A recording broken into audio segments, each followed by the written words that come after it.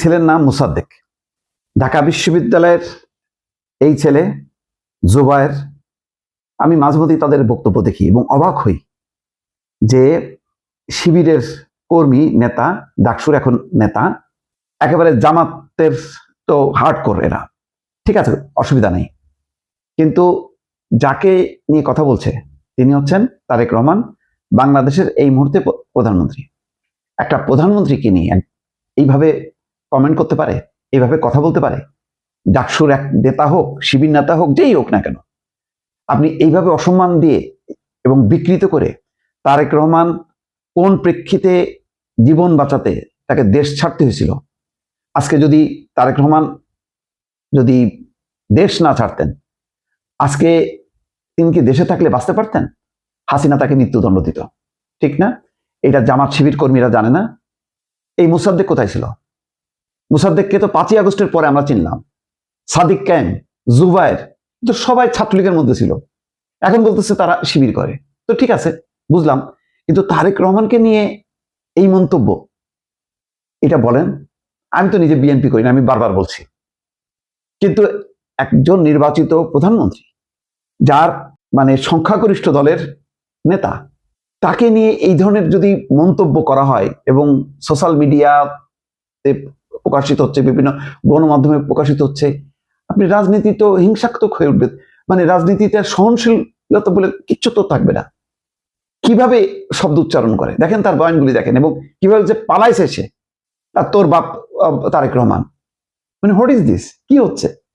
এই ছেলে দেখলাম শাহবাগে উত্তম মধ্যম খাইছে। আরেকজন জুবায়ের, দেখেন তার ভিডিও এখনো সোশ্যাল মিডিয়াতে। ঢাকা বিশ্ববিদ্যালয়ের একজন শিক্ষক, সে আওয়ামী লীগ সমর্থক হোক আর যাই হোক না কেন, সে নিজে হাতে এইভাবে দৌড়ানি দিতে পারে, এইভাবে তার উপর হামলা করতে পারে, এইভাবে মানে বড় ধরনের অ্যাক্সিডেন্ট ঘটতে পারতো সে যদি গাড়িতে না উঠতো। সে নিজে হাতে তাকে প্রহার করছে। কিভাবে জীবন বাঁচাতে শিক্ষক ছুটতেছে। এই কর্মকাণ্ডগুলো এরা এই ডাকসু নির্বাচনের পর থেকে লাগাতার ভাবে করছে। নির্বাচনের সময় ঝাঁপায় পড়ছে জামাতকে ক্ষমতায় আনার জন্য। কিসের সেই ছাত্রদের প্রতিনিধিত্ব, এরা নাকি ছাত্রদের কল্যাণ করবে, এদের কোনো রাজনৈতিক পরিচয় নেই। পরে তো দেখা গেল উলঙ্গভাবে তাদের রাজনৈতিক পরিচয়টা প্রকাশিত হয়ে গেল। এবং শুধু তাই না, শুধু তারেক রহমান না, তারেক রহমান তার কন্যা জাইমা রহমানকে নিয়ে সোশ্যাল মিডিয়াতে যা তা করছে। কেন জানেন? টার্গেট করছে। কারণ দেখছে যে তারা দিনকে দিন জনপ্রিয়তা পাচ্ছে, তাদের কথাবার্তা, তাদের এটা এত মানে মানুষের মধ্যে গ্রহণযোগ্যতা পাচ্ছে, তারা মনে করতেছে ওরে বাপরে, নির্বাচনে তো এবার তো হারছে, ভবিষ্যৎটা তো অন্ধকার। এই জন্য আগে তারা তাদের বট আইডি গুলো আওয়ামী লীগের বিরুদ্ধে ব্যবহার করতো, তো তখন আমাদের ভালো লাগতো যে আওয়ামী লীগকে ধরাই করতেছে। এখন তারা বন্দুকের নলটা ঘুরাইছে বিএনপির দিকে, কিন্তু ততক্ষণে কিন্তু তারা আবার প্রকাশিত হয়ে গেছে।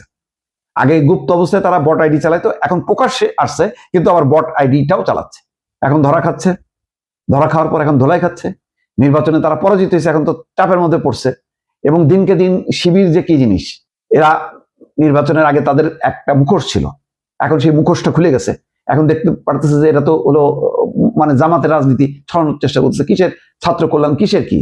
এবং তারেক রহমান, জাইমা রহমান সহ মানে জামাত শিবিরের বিরুদ্ধে যারাই কথা বলবে তাদেরকে টার্গেট করে যে ধরনের অপপ্রচার চালানো হচ্ছে, যে ধরনের মারাত্মক ধরনের, আপনি যখনই গালাগালি দিচ্ছে আপনি তার আইডিতে ঢোকেন, দেখবেন সেটা লক আইডি, এবং সেটা বিভিন্ন নামে, অরিজিনাল আইডি পাবেন না।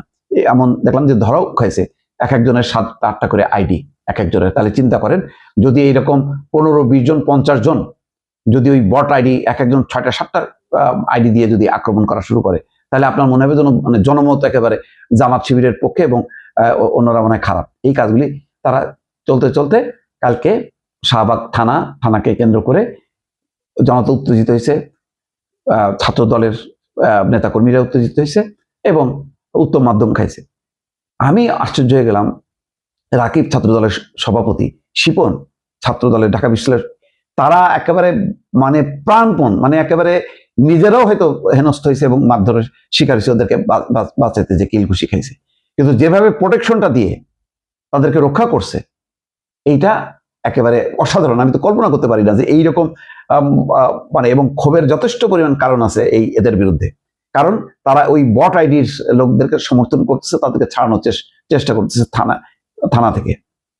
তো এই অবস্থাটা যদি জামাত নেতৃবৃন্দ যদি হস্তক্ষেপ না করে, এই বট আইডি বন্ধের ব্যাপারে যদি তারা শিবিরের নেতাদেরকে নির্দেশনা না দেয়, আর শিবিরের এই নেতারা, এই যে সাদিক, জুবায়ের সহ এরকম কয়েকজন, তারেক রহমান বাংলাদেশের প্রধানমন্ত্রী, এটা যদি মেনে না নেয় আর এইভাবে যদি মানে অসম্মানজনক উক্তি করে সে এবং তার পরিবারের প্রতি, এটা কিন্তু রাজনীতির পরিবেশ খুব দ্রুতই 6 মাসের মধ্যে একদম চেঞ্জ হয়ে যাবে, টিকতে পারবে না কিন্তু।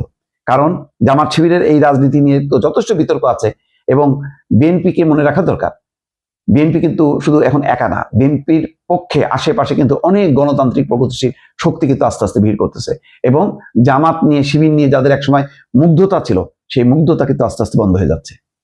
সুতরাং সাবধানে, রাজনৈতিক শিষ্টাচার মেনে যে রাজনীতির জায়গায় রাখা উচিত। রাজনীতিটা কখনো প্রতিহিংসা পরায়ণ বা অপরাজনীতি করা, মানে মানুষকে হেনস্থা করা, কাউকে তার অসম্মানিত করা, এই প্রবণতা থেকে দূর করার ব্যাপারে শিবিরকে সিদ্ধান্ত নিতে হবে নিজে থেকে, এবং জামাতের একটা হস্তক্ষেপ জরুরি বলে মনে করছি।